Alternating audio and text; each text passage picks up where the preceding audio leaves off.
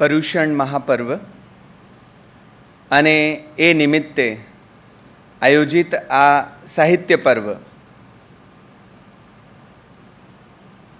પરિષદના આંગણામાં ઓમ કોમ્યુનિકેશનના આયોજન હેઠળ આજે પ્રથમ જ દિવસે આચાર્ય શ્રી સોમસુંદર સુરીનો આટલો વિશદ અને અભ્યાસપૂર્ણ પરિચય મેળવ્યા બાદ શ્રી રાવલ સાહેબનો અભ્યાસ એમના એક એક શબ્દમાં છલકાતો હતો.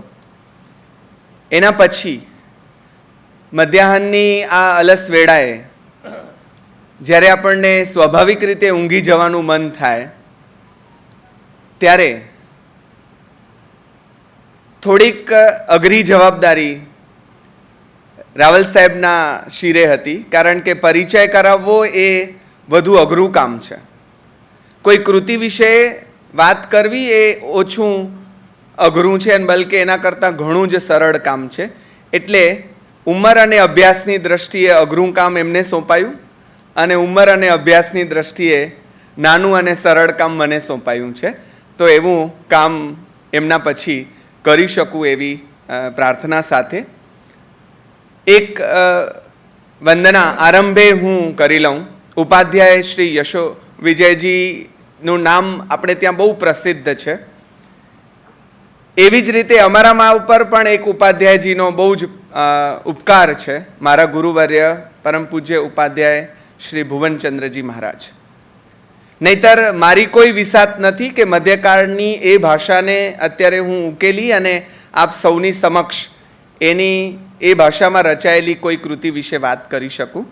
તો એમની પાસે બેસીને રોજ કલાક લેસન કરીને એની એક એક પંક્તિ અને એક એક શબ્દને સમજીને મૂળ તો કથા જ કરવાની છે, પણ એ કથાને કવિએ કઈ રીતે આલેખી છે એ સાહેબજી પાસે સમજીને હું તમારી સમક્ષ મૂકવાનો છું.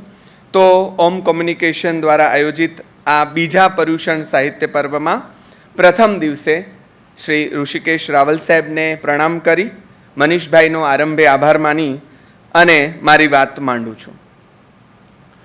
જૈન દર્શનમાં એક શ્લોક બહુ જ પ્રસિદ્ધ છે, બહુ જ પ્રસિદ્ધ અને સૌના હૈયે અને હોઠે હોય, એટલે મારી સાથે તમે ગાશો તો પણ મને ગમશે. મારા કર્કશ અવાજ સાથે તમારો મીઠો સૂર ભળશે તો વધારે સારું લાગશે.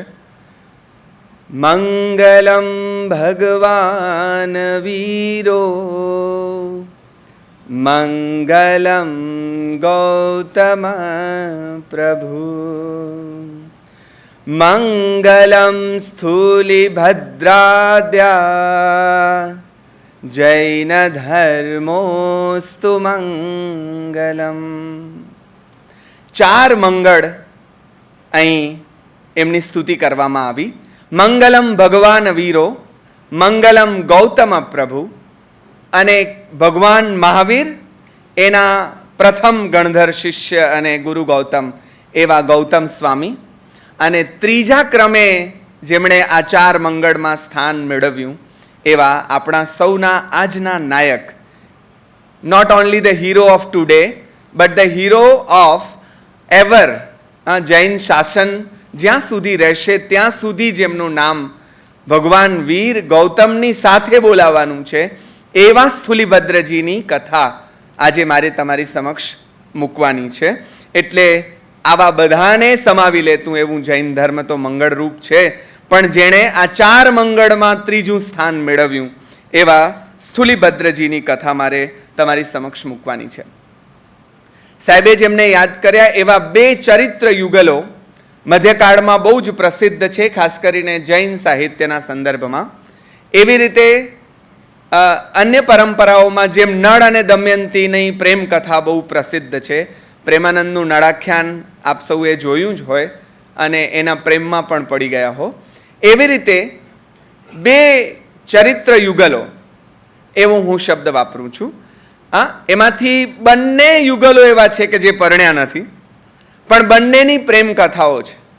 એક છે નેમિનાથ અને રાજીમતી, જેનો ઉલ્લેખ સાહેબે કર્યો, અને બીજું એવું ચરિત્ર યુગલ છે, પાત્ર યુગલ નહીં કહી શકાય, આ ચરિત્ર યુગલો છે. એવા છે સ્થૂલિભદ્રજી અને કોશા. જે પછીથી સતીમાં સ્થાન પામ્યા છે એવા કોશા, એની વાત આજે મારે તમારી સમક્ષ માંડવાની છે. તો તમે જુઓ કે વૈરાગ્યનો મહિમા કરવાનો જેમના ઉપર દોષારોપણ થોડું થયેલું છે એવા જૈન સાધુ કવિઓએ વૈરાગ્યની સાથે સાથે સૌથી વધારે આ બે પ્રેમી યુગલોને આલેખતી કથાઓ, એ કથાઓ છે પણ મૂળ કવિતાના રૂપમાં, કારણ કે મધ્યકાળ છે એટલે કથા પણ કવિતાના ફોર્મમાં આવે છે. તો એવા રાસ, ફાગુ, બારમાસી અને કેટલીક સજ્જાઓ પણ, કેટલાક પદો પણ, સ્તવનો પણ એ બધા સંદર્ભમાં એ બધી આ બંને યુગલોને કેન્દ્રમાં રાખીને લખાયા છે. તો એમાંથી મારે આજે સ્થુલીભદ્રની વાત માંડવાની છે, કોશાની વાત માંડવાની છે. એક વાત ખાસ મારે કરવાની તમારી સમક્ષ છે કે આપણે ત્યાં આ જે કથા છે એ કામ વિજયની કથા છે અને ભારતીય સંસ્કૃતિને આપણે એ રીતે પણ વંદવી જોઈએ કે જ્યાં જીવનના 4 પ્રમુખ સ્તંભો, એમાં ધર્મ, અર્થ, કામ અને મોક્ષ, એ 4માં પણ કામનો સમાવેશ કરવામાં આવ્યો છે. આપણે ત્યાં કોઈ ઋષિ કામસૂત્ર લખે એવું કોઈ કલ્પી ન શકે. કોઈ સંસારી જીવ લખે તો બરાબર, પણ કોઈ ઋષિ કામસૂત્ર લખે એ તો એનાથી ચડે એવી વાત એ હોય કે ખજુરાહો જેવા મંદિરોમાં રતિશિલ્પો હોય. હું ભોળાભાઈને ભણું છું અને ભણાવું છું એમનો વિદિશા સંગ્રહ, ત્યારે એક વાત આરંભે જરાક માર્મિક ટકોર કરી છે ભોળાભાઈએ, એ પણ કહેવાનું મન થાય કે આપણે ત્યાં કામ પ્રત્યે સૂગ નથી, બલકે એમાંથી છલાંગ મારીને મોક્ષ સુધી પહોંચવાની વાત કરવામાં આવી છે. અને આ કથા કામથી મોક્ષ સુધીની કથા છે એટલે આપણને એમ પણ રસ પડે એમ છે. પણ વિદિશામાં ભોળાભાઈ નોંધે છે કે ખજુરાહોમાં બધા રતિશિલ્પો જુએ તો ખરા, એને એ જોવામાં રસ પણ હોય, પણ એને એ જોવું હોય કે હું આ જોઉં છું એ પાછું કોઈ જોઈ ન જાય એવી રીતે જુએ. આ જે આપણો દંભ છે એના ઉપર ભોળાભાઈએ માર્મિક કટાક્ષ કર્યો છે. પણ અહીંયા કોશા અને સ્થુલીભદ્રના સ્થૂળ પ્રણયમાંથી સૂક્ષ્મ પ્રણય અથવા તો શુદ્ધ પ્રણય તરફ લઈ જતી આપણી આ કથા છે. મારે આરંભે તમને એ પણ કહેવું છે કે આ કથા બહુ જ પ્રસિદ્ધ છે અને એના વિશે કેટલાય જૈન કવિઓએ કવિતાઓ કરી છે. અને એમાંથી ખાસ કરીને એ લોકોએ પ્રાચીન ગ્રંથો જેવા કે ઉપદેશમાલા, ઉપદેશ પ્રસાદ, ઉત્તરાધ્યયન સૂત્ર પરની સુખબોધ વૃત્તિ, ભરતેશ્વર બાહુબલી વૃત્તિ, કથાકોશ, યોગશાસ્ત્ર શિલોપદેશ માલા, શીલ તરંગીણી વૃત્તિ, આવી બધી કૃતિઓમાંથી આ બધી કથાઓને એમણે લીધી છે. હવે કથા એકની એક હોય, સુદામાની કથા એક જ હોય, પણ નરસિંહ આલેખે તો જુદી રીતે આલેખે, અને પ્રેમાનંદ આલેખે તો જુદી રીતે આલેખે, અને બીજા નાના મોટા કવિઓ આલેખે તો જુદી રીતે. મજા એના આલેખનની છે. એટલે આજે જે આપણે માણવાની છે મજા, તે એને સોમ સુંદર સૂરીએ કઈ રીતે મૂકી છે એ જોવાનું છે. પણ એ પહેલાં આની જરા અહીંયા છે તો સ્થુલીભદ્ર ચરિત્ર, પણ મારે કહેવું જોઈએ કે એમાં આખું ચરિત્ર આલેખવાને બદલે એમના જીવનની જે મહત્વપૂર્ણ ઘટના છે કોશા સાથેના અનુબંધની, એને જ એમણે ફોકસ કરી છે. પણ અહીંયા કેટલાક યુવાન મિત્રો પણ છે કે જેના માટે કદાચ આ નામો પહેલીવાર સાંભળવામાં આવ્યા હોય, તો એને એના આરંભની થોડી કથા પણ મારે કરવી જોઈએ. પાટલીપુત્રના રાજા અને તેના મંત્રી શકટાલ બ્રાહ્મણ, અને ત્યાં આ બ્રાહ્મણ વંશના એક એવા સ્થુલીભદ્રજી જે મૂળથી તો ઋષિ નથી, મૂળથી તો સાધુ નથી, એ પહેલાં 12 વર્ષ સુધી કોશાના પ્રેમમાં, કોશા એક ગણિકાનું નામ છે, પણ એના પ્રેમમાં એ એવા તો લપેટાયેલા રહ્યા છે. અને પછી કેમ એમના જીવનમાં ટર્નિંગ પોઈન્ટ આવ્યો છે, આપણે ત્યાં એવી ઘણી કૃતિઓ છે, ઘણા એવા પાત્રો પણ છે કે જેમાં એક એક્સ્ટ્રીમમાંથી બીજા એક્સ્ટ્રીમમાં જવાય. વાલિયામાંથી વાલ્મીકી થવાની વાત, કે પછી જેસલ જાડેજામાંથી જેસલ પીર થવાની એ જે એક એક્સ્ટ્રીમ છે, એક છેડો છે, અને આ તરફ પછી બીજો છેડો છે, એવી જ આ એક છેડામાંથી બીજા છેડામાં છલાંગ મારતી આ કથા છે. પણ લાછલદે એટલે કે લક્ષ્મીવતી માતાના આ પુત્ર અને મોટા પુત્ર સ્થુલીભદ્ર, બીજા પુત્ર શ્રીયક, બીજી બહેનો છે. અને યુવાવસ્થામાં એવું કહેવાય છે, વાર્તાઓમાં એવું આવે છે કે એક દિવસ આપણા સ્થુલીભદ્ર એ જંગલમાંથી બગીચામાંથી ઉપવનમાંથી પસાર થઈ રહ્યા છે અને એટલા દેખાવડા છે કે કોશા એમને જોઈને એમના પ્રેમમાં પડે છે કે ઓહો, આ તો કેવો સરસ ફૂટડો જુવાન છે, અને એને પોતાની પાસે બોલાવે છે.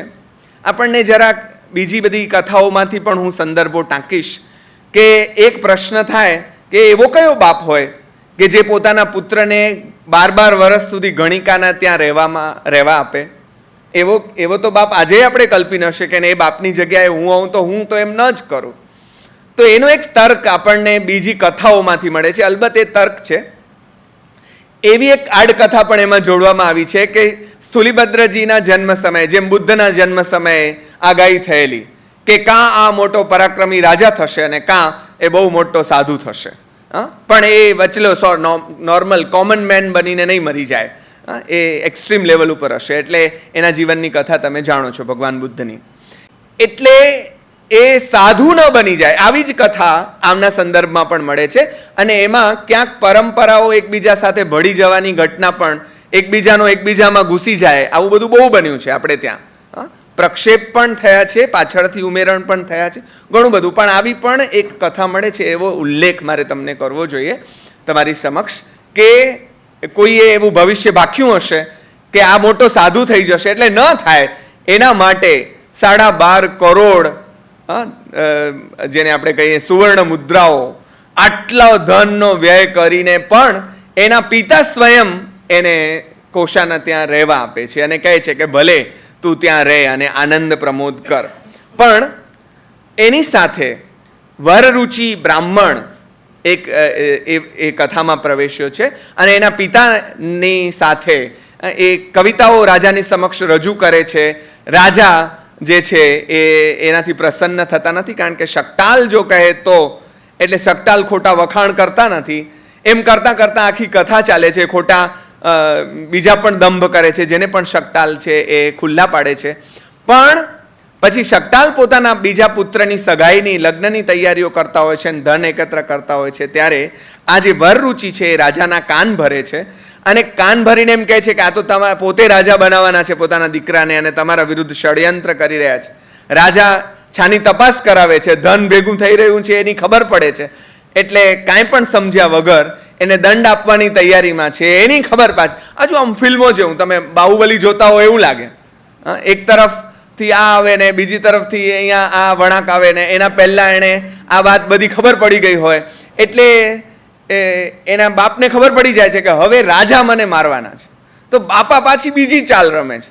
એના દીકરાને જ કહે છે કે ભર સભામાં હું જાણે રાજદ્રોહી હોઉં એમ તું મારું માથું કાપી નાખજે.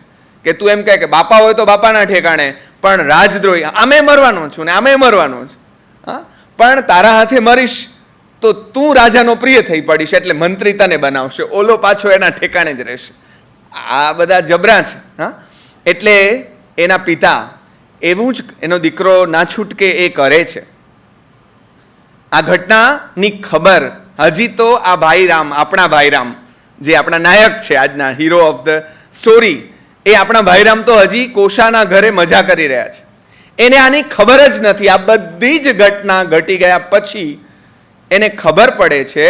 એના ભાઈને કહેવામાં આવે છે કે હવે તમારા પિતા ગયા એટલે હવે મંત્રી તમે. ઓલા કહે છે મારા મોટા ભાઈ બેઠા હોય ત્યાં સુધી હું મંત્રી ન બનું, તમે એને બોલાવો અને એને મંત્રી બનાવો. એટલે એને બોલાવવામાં આવે છે અને તમે જુઓ કે એમાં ટ્વિસ્ટ કેવી રીતે આવે છે, ટર્નિંગ પોઈન્ટ ક્યાં આવે છે.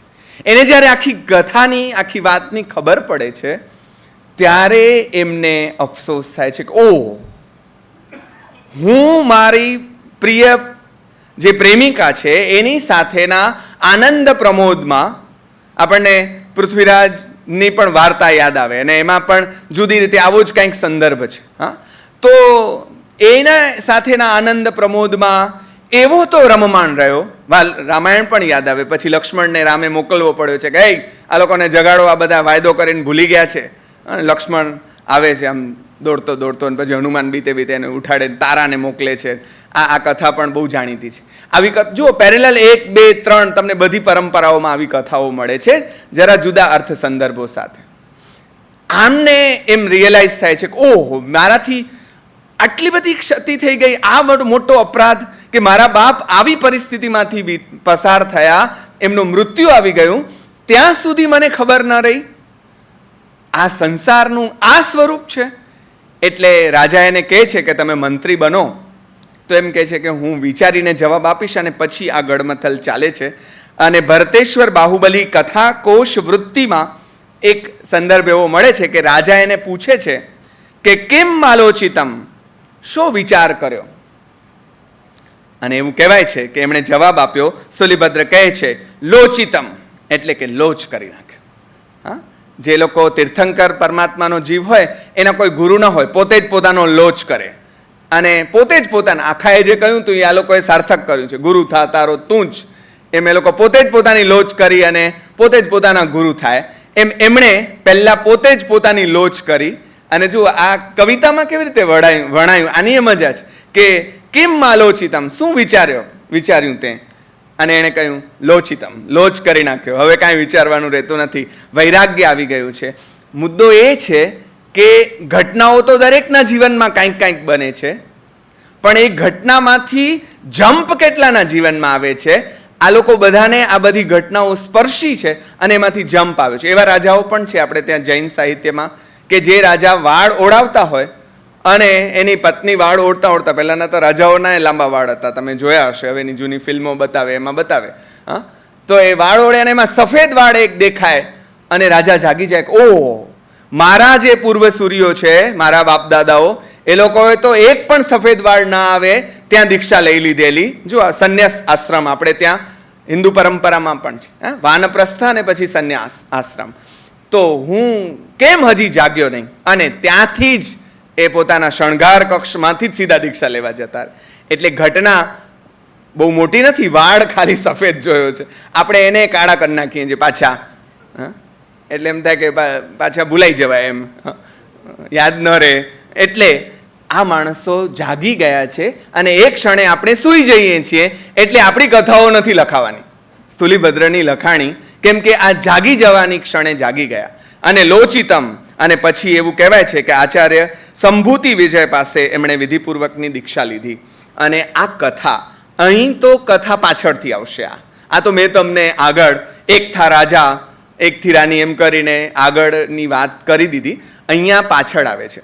હવે એ પણ મારે કહેવું જોઈએ આરંભે કે સ્થુલીભદ્ર અને કોશાને કેન્દ્રમાં રાખીને બીજી 3 મહત્વપૂર્ણ કાવ્ય રચનાઓ મધ્યકાળમાં થઈ છે, જેનો ઉલ્લેખ આરંભે થવો જોઈએ.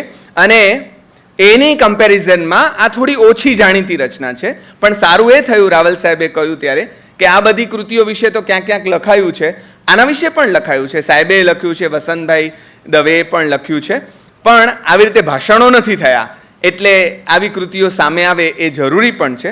પણ જીન પદ્મ સુરીકૃત સ્થુલીભદ્ર ફાગુ, જયવંત સુરીકૃત સ્થુલીભદ્ર કોશા પ્રેમ વિલાસ ફાગ અને માલદેવ કૃત સ્થુલીભદ્ર ફાગ, આ 3 કૃતિઓ વિશે આપણા મધ્યકાળના બહુ જ મોટા સંશોધક અને વિવેચક એવા પ્રોફેસર જયંત કોઠારી સાહેબે એક દીર્ઘ લેખ કર્યો છે.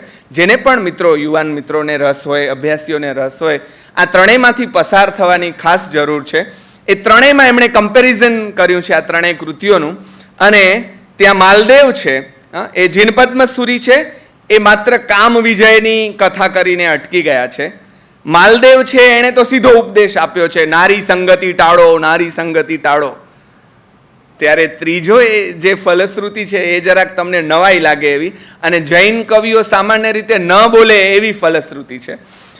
જયવંત સ્થુલીભદ્ર કોશાના મિલન આગળ અટકી તો જાય છે, પણ ફલશ્રુતિમાં એમ કહે છે કે આ કાવ્ય ગાતા પ્રતિદિન સ્વજન મિલનનું સુખ મળશે. તમે જુઓ, આવું પણ જૈન કવિ વિના સંકોચ કહે છે ખુલ્લેઆમ. વસંત વિલાસ વિશે હમણાં જ અહીંયા વ્યાખ્યાન થઈ ગયું છે. એના વિશે કોણ કવિ, એના કવિ કોણ એના એ હજી બહુ સ્પષ્ટ થયું નથી.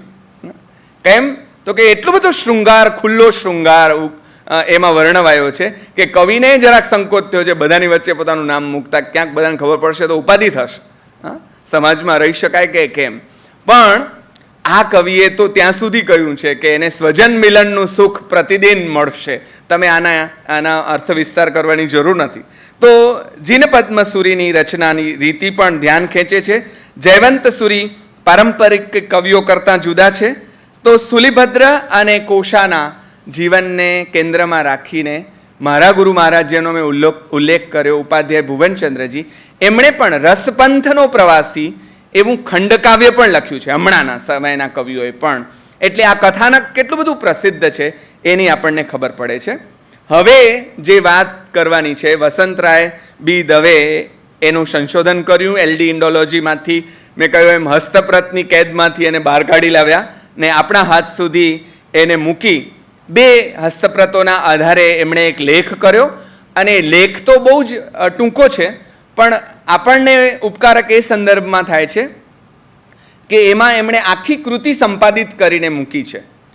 ભુવનચંદ્રજી મહારાજ સાહેબ સાથે બેસીને જ્યારે કામ કર્યું ત્યારે કેટલીક પંક્તિઓમાં, કેટલીક જગ્યાએ જે શબ્દો એમણે નીચે મૂક્યા છે બીજી પ્રતને આધારે, એ ઉપર મૂકીને સાચો પાઠ મૂકી શક્યા હોત, પણ એ એમણે મૂકવાનું ટાળ્યું છે. મૂળ પ્રતને વફાદાર રહ્યા છે એવું એમનું કહેવાનું થયું. ક્યાંક અનુસ્વારની પણ ભૂલો છે અને જેના કારણે અર્થમાં પણ ફરક પડી જાય છે. પણ તેમ છતાં આ બહુ મોટું કામ હોય છે અને એના માટે એમને વંદન જ કરવા પડે, કારણ કે આ હસ્તપ્રતની કેદ બહુ જબરી છે. હમણાં મારે ભક્તામરના માનતુંગ સુરી વિશે બોલવાનું છે, તો એ નહીં તો આ કડીઓ છૂટી ગઈ, પણ આ પ્રતોની કડીઓ છૂટતી નથી અને એમાંથી સાહિત્ય બહાર આવતું નથી. મનીષભાઈ જેવા મિત્રો ખૂણામાં બેસીને આવી કૃતિઓ બહાર આવે, આવા સર્જકોની ખબર પડે એ માટેના જે પ્રયત્નો કરી રહ્યા છે, આવનારી પેઢીઓને ખબર પડશે. આ તો સચવાઈ રહ્યું છે બધું, એટલે વધારે ઉપકારક કામ થઈ રહ્યું છે. તો હવે મારે આ અન્ય ફાગુ રચનાઓની સરખામણીએ આ કૃતિ કેવી છે એની 75 કડીઓમાં સ્થુલીભદ્ર અને કોશાની વાતને સોમસુંદર સુરીએ કેવી રીતે આલેખી છે એની મારે તમારી સમક્ષ વાત માંડવાની છે. તો ફરી કહું તેમ મહત્વ એની સ્ટાઇલનું છે. How he present the story એની વાત મારે માંડવાની છે. એક વાત એ આ કૃતિ જરાક જુદી પડે છે કે મધ્યકાળની સામાન્ય પરંપરા એવી રહી છે, પછી એ જૈન કવિ હોય કે જૈનેતર, આરંભે મંગલાચરણ આવે છે. આ કૃતિમાં મંગલાચરણ નથી, સીધી કૃતિ શરૂ થાય છે. એટલે મંગલાચરણનો એક પણ શ્લોક, બલકે એક પણ શબ્દ, અડધી લીટીમાં પણ મંગલાચરણ નથી અને સીધી સંવાદના રૂપમાં પૂર્વજીવનનો પ્રેમી એવો સ્થુલીભદ્ર સાધુ વેશે કોશાની ચિત્રશાળામાં, એટલે કે એના ગણિકાના ઘરે જ્યારે પ્રવેશ્યો છે ત્યારથી આ કવિતા આરંભાય છે. તો જુઓ, પહેલી જ જે પંક્તિઓ છે, આજ સખી મજ સફલ વિહાણમ નયણી મિલિયું જવ નાહ કોશ્યા કહઈ વેશ અપૂરવ કરિયલ કમલ નિવાહ. રૂપરૂપનો અંબાર એવો મારો આ પ્રિયતમ, જેને જોઈને હું મોહિત થઈ ગયેલી, એવો આ મારો પ્રિયુ આજે મારા ઘરે પાછો આવ્યો છે. મારા માટે આ સફળ દિવસ છે, આજનો દિવસ ધન્ય ઘડી, કે તમે આજની ઘડી તે રડિયામણી નરસિંહે જુદી રીતે ગાયું છે, કારણ કે એના ઘરે હળવે હળવે હળવે હરજી આવ્યા હોય તો એ ઘડી તો ધન્ય હોય ને. એમ આના ઘરે એ જેને ચાહે છે એવો એનો પિયુ એ આવ્યો છે અને એ પોતાનો રાજીપો કોને કે પોતાની બેનપણીને કહે છે. જો એક સ્ત્રી નાયિકાના મુખે વાત મુકાઈ છે એટલે કવિ બરાબર જાણે છે કે બેન બોલ્યા વગર રહી શકે એમ જ નથી. આપણા કાલિદાસે પણ એ બરાબર પકડ્યું છે. જ્યારે પાર્વતી ની સામે શિવનું માગું આવે છે ત્યારે લીલા કમલપત્રાણી ગણ્યા માસ પાર્વતી, બહુ જાણીતી પંક્તિ છે અને અમે વક્રોક્તિને બધાનું ઉદાહરણ તરીકે 500 વાર કહી દીધું હોય. વિદ્યાર્થીઓ બિચારા હવે ત્રાસી ગયા હોય, પણ બેનથી અભિવ્યક્ત થયા વિના રહી શકાય એમ નથી. અને ઓલા તો બાવા છે એટલે એને કહી શકાય એમ નથી, તો કોને કહે? તો પોતાની બેનપણીને ઉદ્દેશીને કહે છે. અને શું કહે છે? બેની બોલીવો નાહ આગલી અને કીજય કહી કુણમતી હાથ દંડવો કાંધી કાંબી લેવું ઉધવ મુહી મુપતિ. અરે બેનપણી પેલા જ સીધો અફસોસ વ્યક્ત કરે છે. શું કહે છે કે આવ્યો એનો આનંદ. બીજું આ કવિતાઓમાં ભાવના કેવા ઉભરા આવ્યા છે. પહેલા સીધો આનંદ, અરે મજા પડી ગઈ તું આવ્યો. પછી જેમ હળવે હળવે હળવે હરજીમાં એક બહુ લો ટોનમાં, પછી મોટે મોટે મોટે મેં તો મોટેથી વધારે એકદમ હાઈ ટોન છે. એમ અહીંયા એકદમ આનંદ, વળી એમાંથી એકદમ નીચે આવી ગયા છે. કેમ? તો કે આ બેન આવ્યો તો ખરો, પણ એનું રૂપ તો જો કેવું બદલી ગયું છે. શું છે? હાથમાં દાંડો છે, કાંધા ખભા ઉપર કામડી છે, અને હાથમાં મુપત્તિ લઈને, બીજા હાથમાં મુપત્તિ શોભે છે. એટલે આવું લઈને આવ્યો છે. આ તો સાધુનો દેદાર કરીને આવ્યો છે. એટલે એનો રંજ, એક તરફ પિયુ આવ્યાનો આનંદ, બીજી આ મિશ્રિત ભાવો કવિએ અહીં આરંભ્યા વર્ણવ્યા છે. અને પછી એમ કહે છે કોણે એને ભ્રમિત કર્યા. હવે આ કોણે ભ્રમિત કર્યા વાળી વાત યાદ કરીએ ને તો ઘેલી કોણે કરી રે, આપણને સુદામાને એની પત્નીના સંવાદો યાદ આવે. તને ઘેલી કોણે કરી રે, તું આવું કેમ વિચારસ એમ. તો અહીંયા કવિને કહેવું જે છે એ તો બિટવીન ધ લાઇન છે. કોશાને એમ થાય છે કે આ સાધુ બન્યો ને, આ સાધુ તે કાંઈ બનાતું હશે. તમે જુઓ, એને મન સાધુ બન્યો એ ખોટું થયું. એણે મૂર્ખાઈ કરી છે, મતિ ભ્રષ્ટ થઈ ગયો છે એને એમ લાગે. અને સાધુને શું થાય છે કે આ બાઈની મતિ ક્યારે સુધરશે અને ક્યારે એ ધર્મના માર્ગે ચાલશે. જુઓ, એટલે આપણે ત્યાં જૈનોમાં જે નયવાદ આવ્યો છે, જુદા જુદા દ્રષ્ટિકોણથી જોવાની વાત આવી છે. એમાં સ્થુલિભદ્રની દ્રષ્ટિએ કોશા ઇઝ ડુઈંગ રોંગ, કોશાની દ્રષ્ટિએ કોઈ જાગતો હોય માલિક ઘરમાં તો ચોરની દ્રષ્ટિએ ખોટો છે. એને આ હજી જાગે છે, 2 વાગ્યા, હવે તો સુઓ તો અમે આવીને ચોરી કરીએ એમ. જૈન દર્શન એને પણ એની રીતે સાચો પાડવા દે છે કે ભાઈ ચોરની દ્રષ્ટિએ આ પણ સાચું છે વિધાન.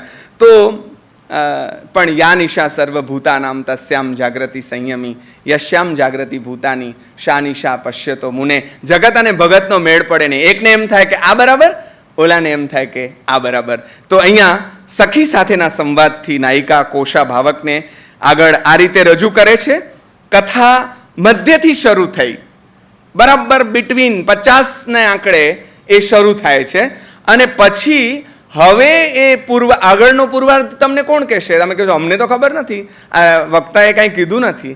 એટલે કોશા કહે છે, તો કવિ કહે છે લાવો હું તમને કહું, ટૂંકમાં કહીશ પણ હું તમને કહું. એટલે કથા હવે જો વાર્તાઓ રમૈયા વસ્તાવૈયા ફિલ્મ 99થી શરૂ થાય છે અને પછી 1 થી 99 સુધી પાછી જાય છે ને 100 એ પૂરી થાય છે. તમે જાણો છો એ ફિલ્મ, અહીંયા બેઠેલા 2-3 માથા ધૂણ્યા, એ જોજો, જો ન જુઓ તોય ચાલે. પણ હવે આ ટેકનિક જે આપણા અત્યારના ફિલ્મકારો કરે છે, જેને આપણે ફ્લેશબેક ટેકનિક કહીએ છીએ સાહિત્યમાં, એ ટેકનિક મધ્યકાળના આ કવિઓએ પણ લીધી છે હાથમાં. અને પહેલા મધ્યથી શરૂ થઈ છે અને પછી આગળની કથા ફ્લેશબેકમાં 12 વર્ષ નવ નેહ ગામ્યું. 12 વર્ષનો નેહ ગયો, ગામ્યું ગયો. અરે એમાં જે અફસોસનો રંજનો ભાવ. આગળ કહે છે તાત મરેણ જાણી વૈરાગ્યું લાગવું અંગી ઉદ્દેગ મઈ મેલહી નહીં લીધી દીક્ષા વેગી વસ્યું સંવેગ. બોલો, આવું તે કરાતું હશે? 12 વર્ષનો અમારો સ્નેહ એણે છોડી દીધો. તાત મરેણ, પિતા ગુજરી ગયા ને એ જાણીને વૈરાગ્ય જાગ્યું. બહુ ટૂંકમાં કીધું જુઓ. અને લાગવું અંગી ઉદ્વેગ, ઉદ્વેગ જાગ્યો. અને મઈ મેલહી નહીં, મને મેલી દીધી અને લીધી દીક્ષા. દીક્ષા લીધી ને એની સામે વાંધો નથી, પણ પહેલો વાંધો છે મને મેલીને દીક્ષા લીધી. આ તે કાંઈ મારા કરતાં દીક્ષા મહત્વની એમ. જો સ્ત્રીને એના કરતાં પ્રાધાન્ય તમે કોઈને પણ આપો તો એને ગમે નહીં, પછી એ બીજું કોઈ પણ હોય એમ. તો આ જે એક સાધુ કવિ છે, પણ એ સ્ત્રીના મનને કેવો જાણે છે અને કેવો નિરૂપી શકે છે એની આપણને મજા આવે છે. એટલે ભાવક આ કથા જાણતો નથી એટલે કહે છે, પણ પછી એના ગુરુ સાથેના સંવાદને ખાસ અહીંયા કવિ આલેખે છે. સુલિભદ્ર દીક્ષા લઈને ગણિકા કોશાને ત્યાં અત્યારે ચાતુર્માસ ચાલી રહ્યા છે. ચાતુર્માસમાં 4 મહિના એક જગ્યાએ સાધુ સ્થિર રહે અને પોતાની સાધના કરે. તો એમણે માગ્યું કે હું કોશાના ઘરે જઈશ. કથા એવી છે કે એમના એક ભાઈએ કહ્યું કે સાધુએ કહ્યું કે હું સિંહ ગુફામાં જઈને દીક્ષા ચાતુર્માસ કરીશ, કોઈ કહ્યું કે આના દર પાસે હું જઈને કરીશ, આણે કીધું કે હું કોષાના ત્યાં જઈને કરીશ. ગુરુએ ના પાડીને શું કહ્યું કે જે જંગલમાં દાવાનળ બળી રહ્યો છે તે ઘીથી કેમ ઓલવીશ? કોષાનું ઘર એટલે તારા માટે આ અગન જ્વાળાઓથી ભરાયેલું દાવાનળ, જંગલ જે બળી રહ્યું એને તું પાછો જઈશ તો આગ બળતામાં ઘી હોમાશે. તો કંઈ આગ બુઝાવવાની છે? ભલા માણસ કાંઈ અક્કલ બકલ છે કે નહીં? એને કારણ આપે છે 4. નિરૂપમ રૂપ એક કોશ્યાનું, બીજું બાલ સ્નેહ, ત્રીજી કુણ મનહર ચિત્રશાળી, ચોથું ધડક્યું મેહ. આ જુઓ 4 કારણ છે. 1, કેવી સૌંદર્યવાન કોશા છે. અહીંયા પાછળ એ નૃત્ય કરતી કોશાનું ચિત્ર મૂક્યું છે મનીષભાઈ બહુ મહેનત કરીને. બીજું બાળ સ્નેહ, નાનપણનો પ્રેમ છે. મારો બાળ સ્નેહી રે, અહીંયા બાળ સ્નેહ જુદો છે, ઓલો ભાઈબંધ નથી પણ પ્રેમ છે. ત્રીજી કુણ મનહર ચિત્રશાલી, એવી ચિત્રશાળા છે, ગણિકાનું ઘર છે, એવા ચિત્રો મૂક્યા છે કે જે તમારી કામ વાસનાને ઉત્તેજિત કરે છે. અને ચોથી આ વર્ષા ઋતુ છે. એટલે ફાગુ પણ જે મધ્યકાળમાં જૈન કવિઓએ લખ્યા એ બધામાં વસંતને બદલે વર્ષાનું વર્ણન એટલા માટે છે કે સાધુઓ 4 મહિના એક જગ્યાએ વર્ષા ઋતુમાં જ રહે છે, વસંતમાં તો રહે જ નહીં. એ લોકો તો જે ચાલતો રહે છે એને સાધુ કહેવાય છે, નિત્ય ચાલતો રહે. અને નિત્ય ચાલતા રહેવાનું મતલબ નિત્ય આત્મિક વિકાસના સંદર્ભમાં છે.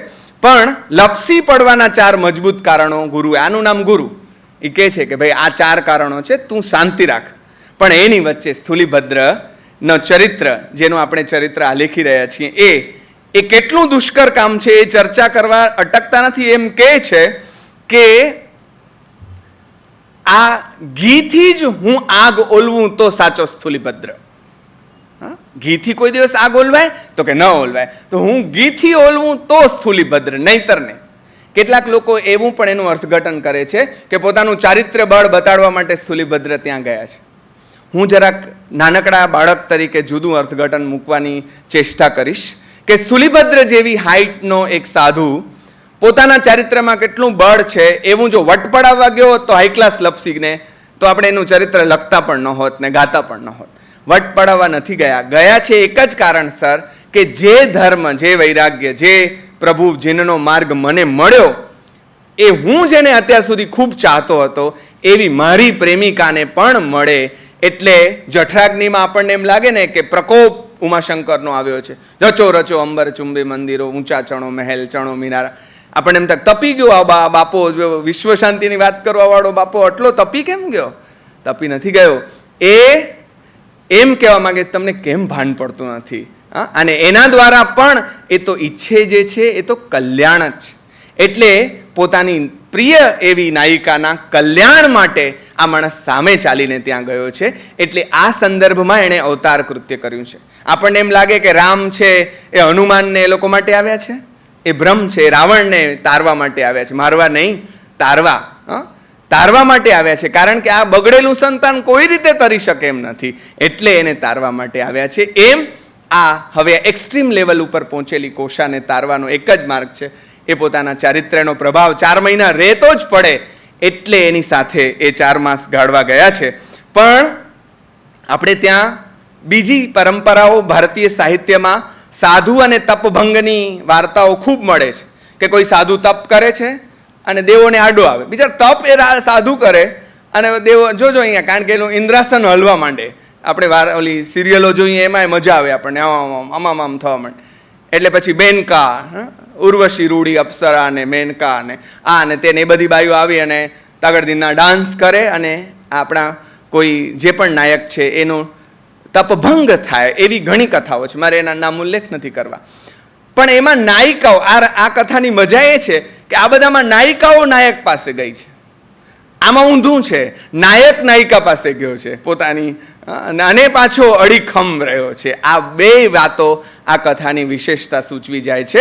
એટલે એ સંદર્ભમાં પણ આપણને સ્થૂલીભદ્ર ચરિત્ર જે છે એ વિશેષ લાગે છે. તો આવા ઉમદા ભાવથી આવનાર સ્થૂલીભદ્ર જુઓ અહીંયા કવિ એને કઈ રીતે મૂકે છે.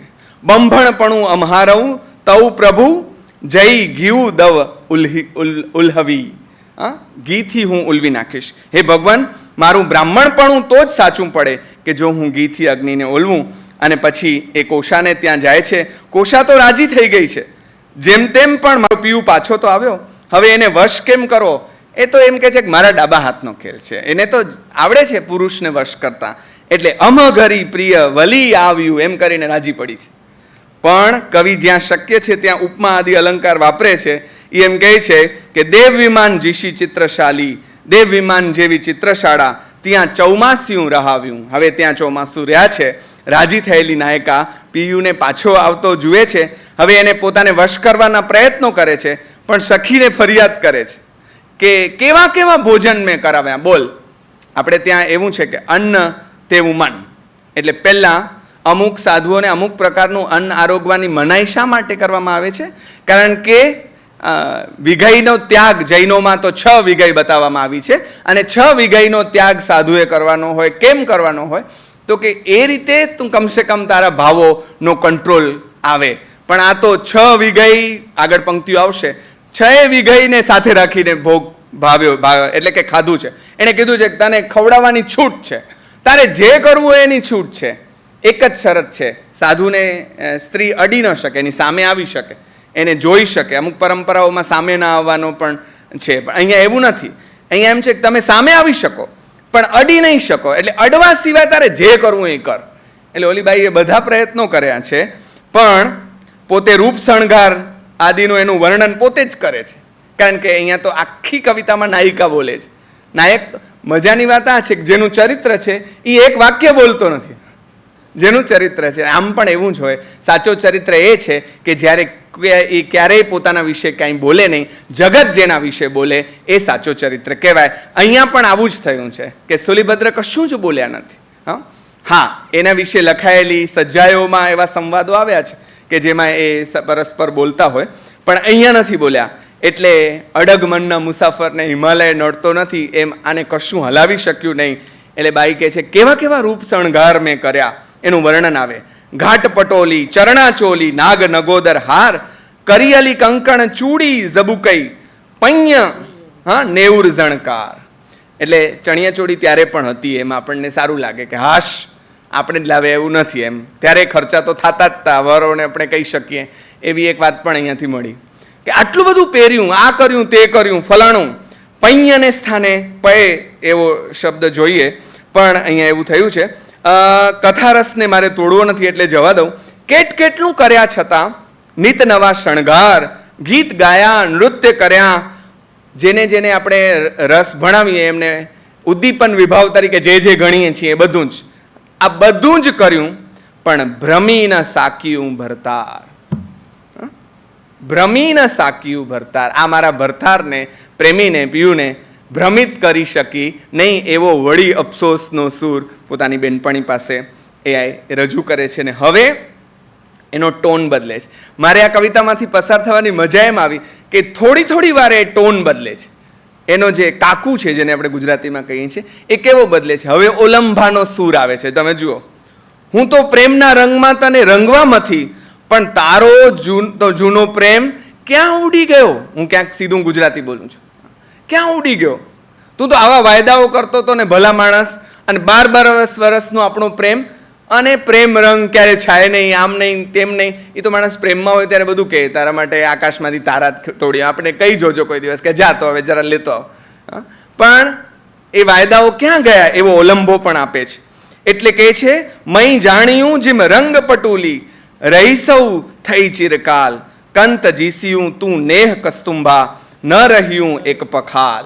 ઓહો, મને તો એમ કે આપણા પટોળા જેવો આપણો પ્રેમ હશે કે ફાટી જાય પણ ભાત ન જાય. પણ ભાઈ તું તો, એટલે તે તો કમાલ કરી, આવું તે કાંઈ કરત. જો આ એક ઉપસાવાની રીત છે. પન્નાલાલની એડે નહીં તો બેડે વાર્તામાં આ છે કે એનો ઘરવાળો એને 5 વાર તેડવા આવ્યો, પણ તોય એની સાસુએ રજા ના આપી. ત્યારે ઓલી કહે છે કે આમાં તો કાંઈ માલ જ નથી, શું તેડી જવાનો પોતાની સાસુ પાસે. અને ઓલાને સુરાતન ચડે અને ચોટલો ઝાલીને મારતો ઢસડતો ઢસડી જાય. અને પછી એની બેનપણી, જેમ અહીંયા રમેશ મહેતા હોય તેમ એની કોઈક રમેશ મહેતી, એ આવીને એમ કે ભલા માણસ ક્યારનો મારે શું છે, આને તો તારી હારે આવવું તું એટલે તને ઉપસાવ્યો. એમાં ઉપસાવવા માટે પણ કરે છે. પણ મને એમ કે તારા પ્રેમનો રંગ આવો આવો આવો, એક વખતમાં તો આ નીકળી ગયો, ચાર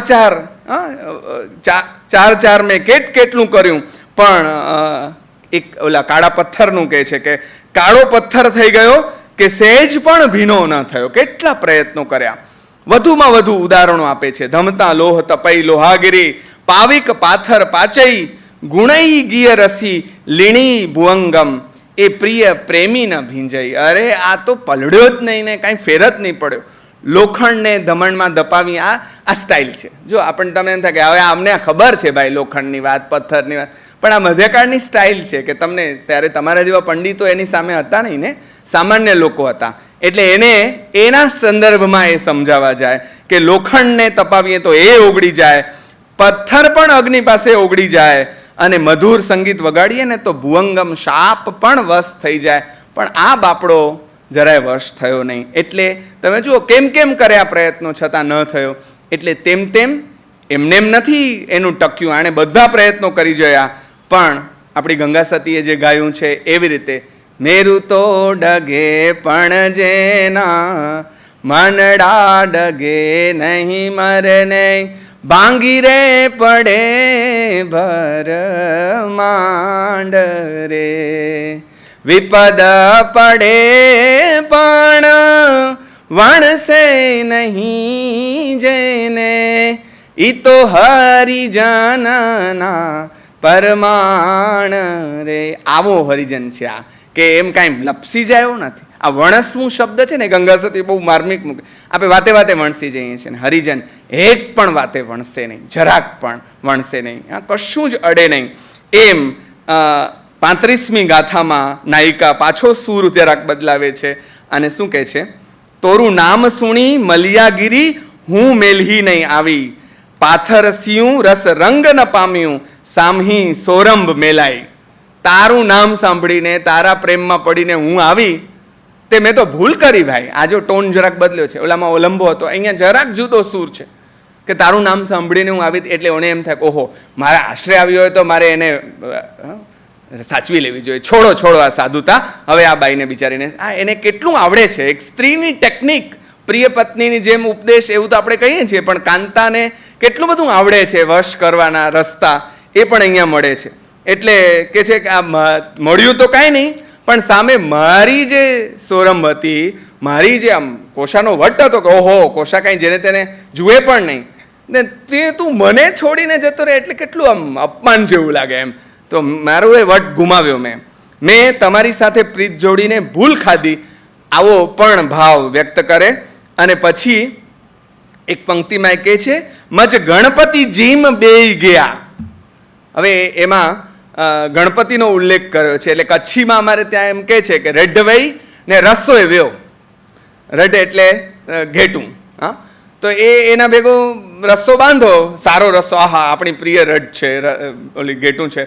તો એ તો બિચારી ક્યાં જાય, કારણ કે ઘેટું તો બીજું જાય ત્યાં જાય. હા, તો એ ગઈ અને રસ્સો એ ગયો. એમ મારે તો મારું નામે ગયું, તું એ ન મળ્યો, કાંઈ થયું નહીં. એટલે ગણપતિજી બી ન પ્રાણીમાં આવે અને ન મનુષ્યમાં આવે એવો કોઈ સંદર્ભ.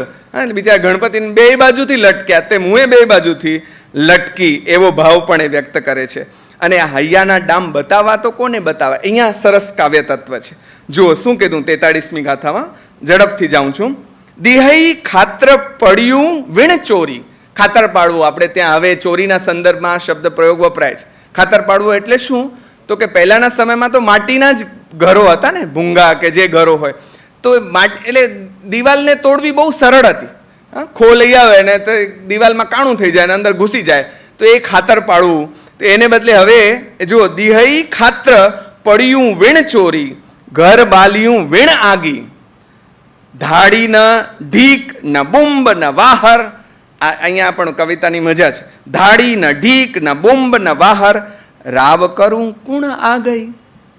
હવે કોની આગળ રાવ સંભળાવું મારી? કેમ તો કે ખાતર પડ્યું, બકોરું કર્યા વગર ચોરી કરી લીધી. તે બકોરું નથી પાડ્યું અને ચોરી થઈ ગઈ. એટલે ઘર બાલ્યું વીણ આગી, આગે નથી લગાડી અને ઘર બળી ગયું. અને હજી ન ધાડ ન ઢીક મારી, ન બૂમ પાડી, કાંઈ થયું નથી. આમ કહેવા જાવ તો લાગીએ કેવા? ઘણીવાર આપણી સ્થિતિ આવી હોય કે કહી ન શકીએ, કોઈને ફરિયાદ કરવા હોય તો કાંઈ કરાય નહીં. આપણે હલવાઈએ ને પછી ઘરવાળા આપણો જેની સાથે હલવાયા હોઈએ એ ભાઈ આપણને મૂંડીને હાઈ ક્લાસ જતા રહે, પછી ઘરવાળાને આપણે કહેવું તો શું કહેવું? એવી સ્થિતિ આ નાયિકાની થઈ છે. એક તો મારે કોઈને ફરિયાદ કરવી હોય તો કે ભાઈ તને ઘેલી કોણે કરી હતી, આની પાછળ તું ગાંડી થઈ. એટલે કોઈને કહેવાય એમ પણ નથી. હવે પાછો ટોન બદલે છે, જોજો. સ્ત્રીને આ પણ આવડે. શું કહે છે? ભૂલ સમજાય છે. એટલે શું કહે છે? તું નિમ્મલ કુલ વિપક્કણ, હું મલ મીસી જીસી વેશ્યા. ધીરે ધીરે ધીરે ધીરે એને લેશ. એક જગ્યાએ રોઈ પણ પડે છે, પણ એ બહુ કવિએ હથિયાર વાપર્યું નથી. અથવા એમ પણ કવિને હોય કે કદાચ આ હથિયાર વાપર્યો હોત તો ઓલો ભાઈ પાછો વળી ગયો હોત, એવું બની શકે. એટલે એ હથિયાર એમણે ઓછો વાપર્યો છે, પણ છેલ્લે એને અફસોસ થાય છે. તું નિમ્મલ, તું નિર્મળ. અને આવો ઉચ્ચ બ્રાહ્મણ કુળનો, એવું કહેવાય છે કે એ નાગર બ્રાહ્મણ કુળના છે, પછીથી એ જૈન સાધુ થયા છે. તો હું મલ મીસી જીસી વેશ્યા, હું રાય સરીસી, તું સુરગીરી. આ તો તમે બધા સમજી શકો એવી ગુજરાતી છે. તઈ સાસણ સોહાવ્યું, તે સાસનની શોભા વધારી. અને હવે જુઓ આપણી બધી પરંપરાઓ પ્રમાણે મન વચની કાય બે કર જોડી. જૈનોમાં માફી મંગાય તો કેવી રીતે મંગાય? મન વચન કાયાએ કરી તસ્મિચ્છામિ દુક્કડમ, એમ. તો મન વચન કાયાએ, અને હજી પણ અહીંયા સાહેબ જ્યારે બોલતા હતા ત્યારે એમણે એમ કહ્યું કે જૈન આપણે અહીંયા ઉપાશ્રય બંધાવ્યો, મંદિર બંધાવ્યો. તો આપણે ત્યાં જૈન સાધુના સંદર્ભમાં એમ બોલે કે એમણે બંધાવડાવ્યો. કારણ કે કરતા ભાવ એ ક્યારેય લાવે જ નહીં. એ પ્રેરણા કરી શકે પણ બંધાવે નહીં, કારણ કે નહીંતર તો એનો દોષ લાગે એને. એટલે કર્મ સાધુ ક્યારે કરતો નથી, કરતા બનતો નથી, એ કરાવડાવે છે. એટલે કર્યું, કરાવ્યું અને અનુમોદ્યું, આ ત્રણ પણ આવે છે જૈનોમાં. અને એવી જ રીતે મન વચન અને કાયા એમ આવે છે. તો અહીંયા મન વચન કાયા બે કર જોડી, પ્રી પગી લાગ્યું ખમાવ્યું. જો આ ખમાસણાનો દિવસ આવી રહ્યો છે, એટલે હું પગે લાગીને તને ખમાવી રહી છું. પોતાની નિમ્નતા અને સ્થૂલિભદ્રની મહાનતા એ બંનેને હવે એ પ્રમાણે છે. અને તમે શાસનની શોભા વધારી એમ કહીને પોતાની ભૂલનો એ સ્વીકાર કરે છે. અને શું કહે છે? હિવ સાચી દ્યું મજ્જ આલો અણ. ભૂલ કરી હોય ને તો જૈનોમાં આ પરંપરા છે કે શું લેવાનું? આલોચના. સાધુથી ભૂલ થઈ જાય, શ્રાવક શ્રાવિકાથી બી ભૂલ થઈ જાય તો શું લેવાનું? ગુરુ પાસે જઈ અને એ આલોચના માંગે છે કે આવું થઈ ગયું. હવે આલોચના છે ને એ બહુ મજાનો શબ્દ છે. અમારા ગુરુ છે ડૉક્ટર ગીતાબેન જૈન, એમણે અમને ટેવ પાડી છે. આલોચના એવો શબ્દ નથી વાપર્યો, અત્યારના સમયનો શબ્દ વાપર્યો છે. એ છે સેલ્ફ પનિશમેન્ટ. આલોચના ઇઝ વોટ? Self punishment. આપણે જઈને પોતાના ગુનાનો સ્વીકાર કરીએ અને એમ કહીએ કે હવે આના સંદર્ભમાં હું આ સજા જાતે સ્વીકારું છું, તમે મને આપો. તમે ગુરુ પાસે જઈને આલોચના માંગો છો ત્યારે આ સેલ્ફ પનિશમેન્ટ માંગે છે. મારાથી તમારી આસાધના થઈ ગઈ છે, અવજ્ઞા થઈ ગઈ છે, અને એ જાણીને હું હીણપત અનુભવું છું.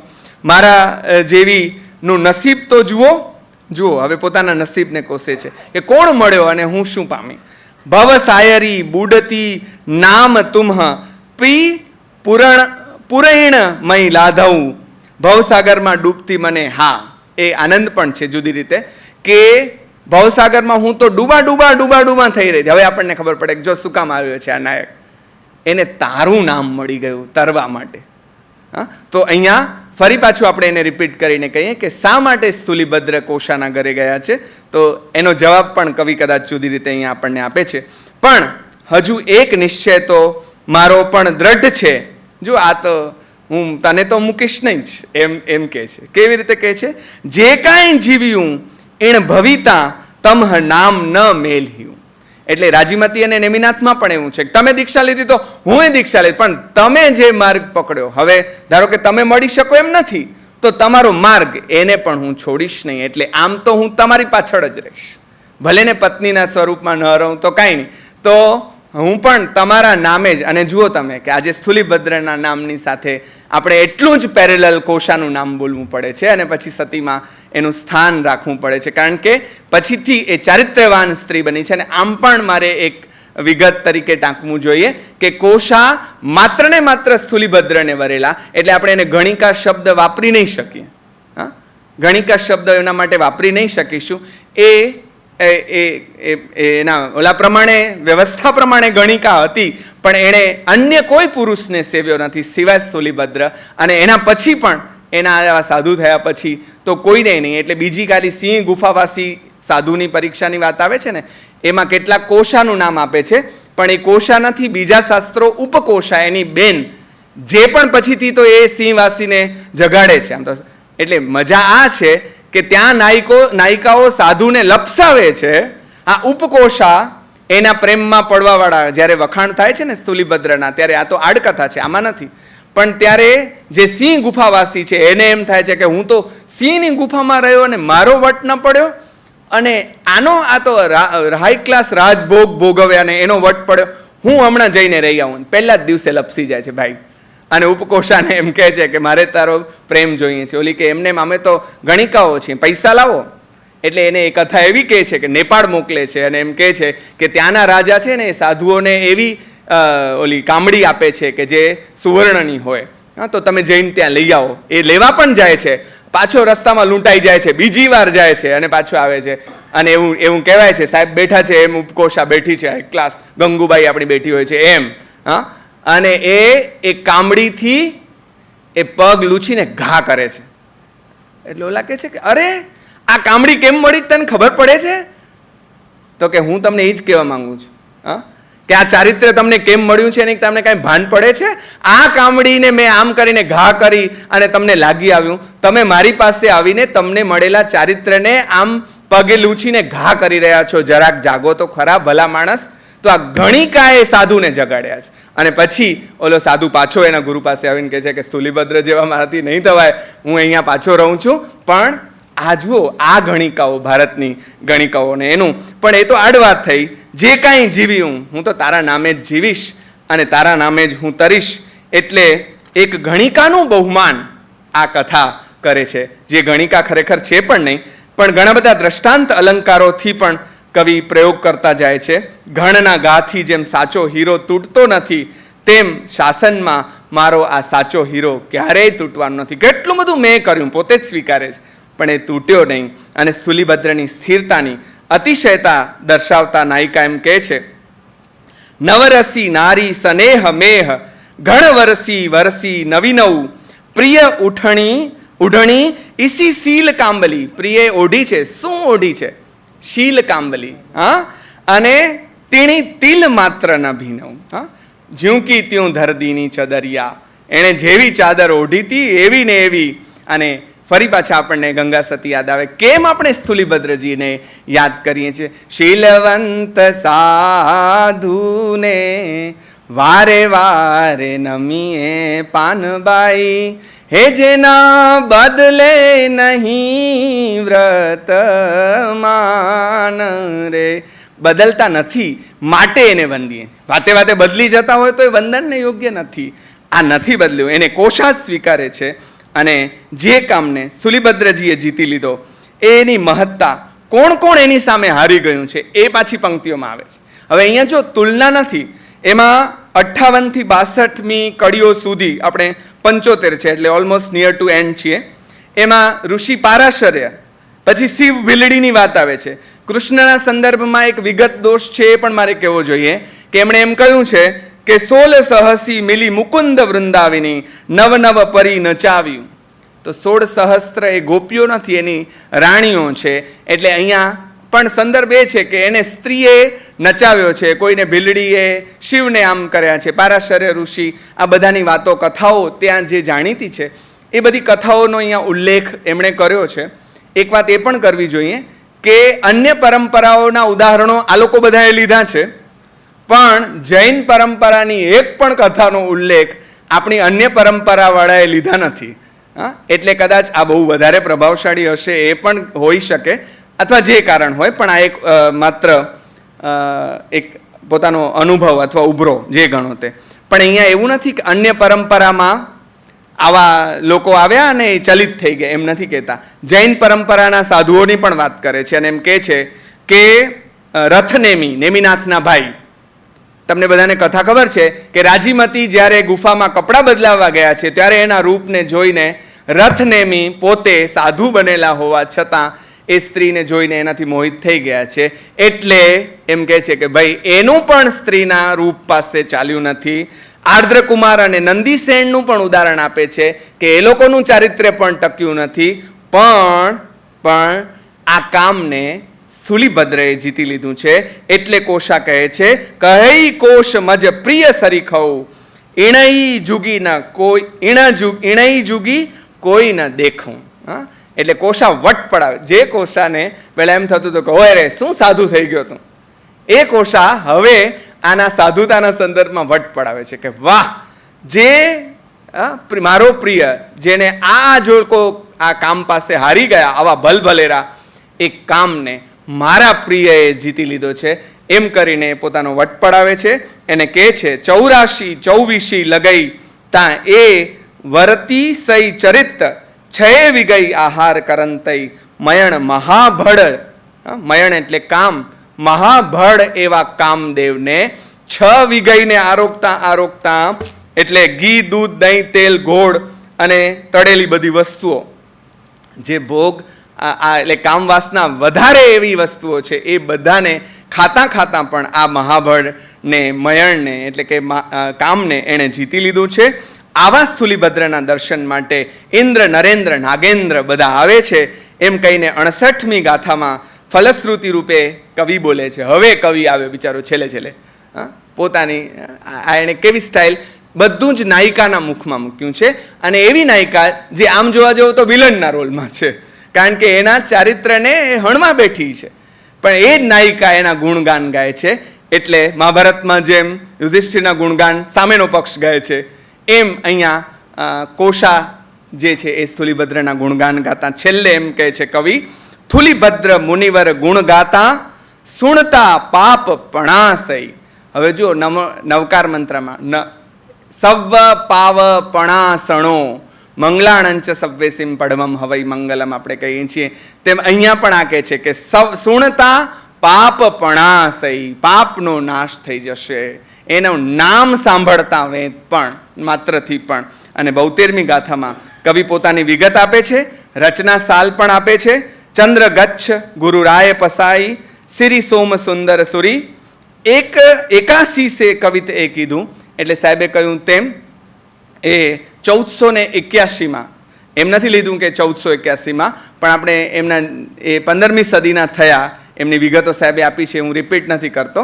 એટલે 81 એટલે 1481માં આ રચના ઘણા આનંદ સાથે એમણે પૂરી કરી. અને આ જે ચરિત્ર છે યાવત ચંદ્ર દિવાકરો ત્યાં સુધી આ ગવાયા કરશે એવું કહી અને પોતે એક સાધુ નમ્રતાપૂર્વક પોતાના સંદર્ભમાં શું કહે છે, જેનું મહાત્મ્ય સાહેબે આટલું બધું ગાયું, એ કવિ પોતે પોતાના માટે શું કહે છે જન્મ લગઈ હું ગામઠ ગીહિલઉ મૂરખ માઈ ગણેજો. જન્મ લગઈ હું ગામઠ ગામડિયો ગીહિલઉ ગેલો મૂરખ માહી ગણેજો, મને મૂરખમાં ગણજો. એ માહી અવિક્ષર કાંઈ તે સૌ સામી ખમેયો. સ્વામી ખમેયો, મને ખમજો એટલે ક્ષમા કરજો. સ્વામી એટલે એ ક્ષમાપના. કોઈ પણ સાધુ, કોઈ જૈન શ્રાવક પણ છેલ્લે બોલે પૂરું કરે ને એટલે એમ કે જૈન શાસન વિરુદ્ધ કાંઈ પણ બોલાયું હોય તો મન વચન કાયા કરી 10 મિચ્છામી. આ સ્ટાઇલ છે. આ સ્ટાઇલ જ નથી, પણ આપણે બોલવાના હોશમાં ને હોશમાં ઘણીવાર જોશમાં હોશ ખોઈ પણ બેસી. આ રમજાનને તાન ચડે, માતાજી આવે તો બિચારો એકનું બીજું બાફી નાખે, ખબર ન પડે આપણે શું બોલી ગયા. તો જાણતા અજાણતા જે કાંઈ અપરાધ થઈ ગયો હોય તેની ક્ષમાપના સાથે આનંદ ગાન તો છે જ. આગળ કોશાના મુખમાં આનંદ ગાન કર્યું અને એમ કહ્યું કે આવું સ્થૂલીભદ્રનું ચરિત્ર એને તમારી સમક્ષ મૂકતા મારાથી કોઈ પણ આસાતના થઈ હોય, અવૃત્તિ થઈ હોય તો એની જે છે એ ક્ષમાપના કરું છું. ને છેલ્લી લીટીનો છેલ્લો શબ્દ આપણને વળી નિશાળિયાની જેમ લેસન કરવા માટે પ્રેરે એવો છે, કારણ કે અમે ઘણું શોધ્યું, એમાં છેલ્લે ધારલ દેવી કંત એવો શબ્દ છેલ્લે આવ્યો. તો ધારલ દેવી કંત એટલે એ જો સ્થૂલીભદ્રના સંદર્ભમાં હોય તો આની કથા મેં કરી, આનો દીકરો, આ એની માતા, આ એના પિતા અને ધારલ દેવી કંત. હવે ધારલ દેવીનો સ્થૂલીભદ્રના પત્ની તરીકે ક્યાંય ઉલ્લેખ મળતો નથી. તો આ ક્યાંથી લાવ્યા એ એક પ્રશ્ન જાગે છે. અને વળી પાછું રમજાનનું કામ ટુ બી કન્ટિન્યુ રહે છે કે ભાઈ તો શોધ હવે કે આ ધારલ દેવી કોણ છે. તો અભ્યાસ એવી ચીજ છે કે અહીંયા આપણને એક અભ્યાસમાંથી બીજા અભ્યાસની દિશા સુજાડે છે. એટલે મહારાજ સાહેબે મને કહ્યું કે હવે શોધો ભાઈ, તો હવે આ ધારલ દેવી કોણ છે ને કેમ એમણે એનું નામ અહીંયા મૂક્યું છે. આમ ચરિત્રની જો નામ પણ બહુ સરસ છે, સ્થૂલીભદ્ર. સ્થૂળતાથી ભદ્રતા તરફ લઈ જતું આપણું આ ચરિત્ર છે. અને એ ચરિત્રની ગતિ જુદી છે. ગીતના રૂપમાં આપણે એનું ગાન કર્યું છે. અને અહીં કવિએ મેં કહ્યું એમ નાયિકાના મુખે આખી વાત મૂકી છે. આને લગતી સજ્જાયો પણ મળે છે અને એ સજ્જાયોમાં સંવાદ છે.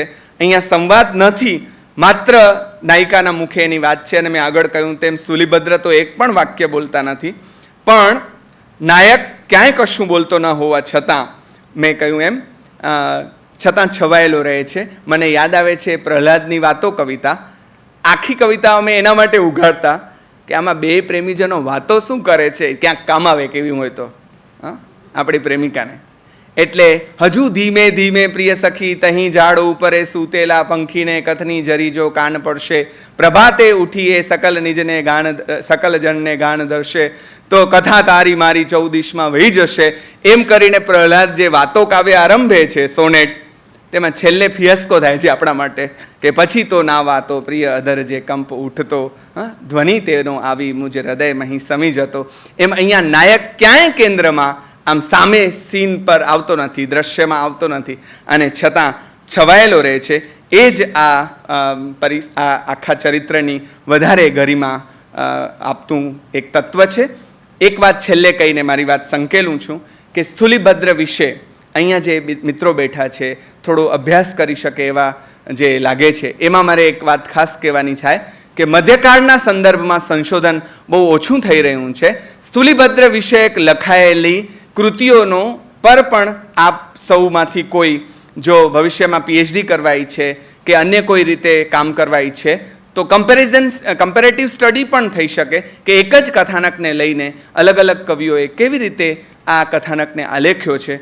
એમ કામ વિજયની આ કથા આપણને જુદા જુદા કામમાં લગાડે છે એમ કહીને મારી વાત સંકેલું છું. ઓમ કોમ્યુનિકેશન, મનીષભાઈ આપ સૌનો પણ આભાર.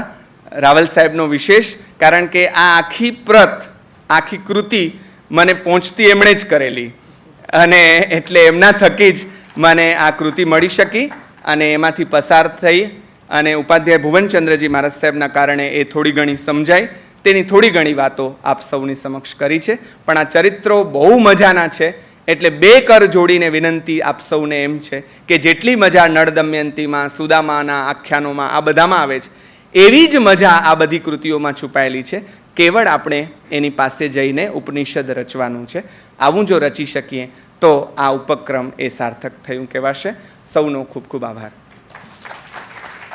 બંને વક્તાઓના વક્તવ્યથી આપણને કંઈક વિશેષ પ્રાપ્તિ થઈ હોય તો બંને વક્તાઓનું ખૂબ તાળીથી અભિવાદન કરીશું. આ કાર્યક્રમની નોંધ અને આ પર્યુષણ સાહિત્ય પર્વ શરૂ થયો છે એની નોંધ જે કે ગુજરાતી અને અંગ્રેજી અખબારો લીધી, તમામ અખબારોના તંત્રશ્રી, રિપોર્ટરશ્રી, ફોટોગ્રાફરશ્રીનો આભાર. આપ સૌ સમય ખર્ચીને આવ્યા છો, આપનો આભાર.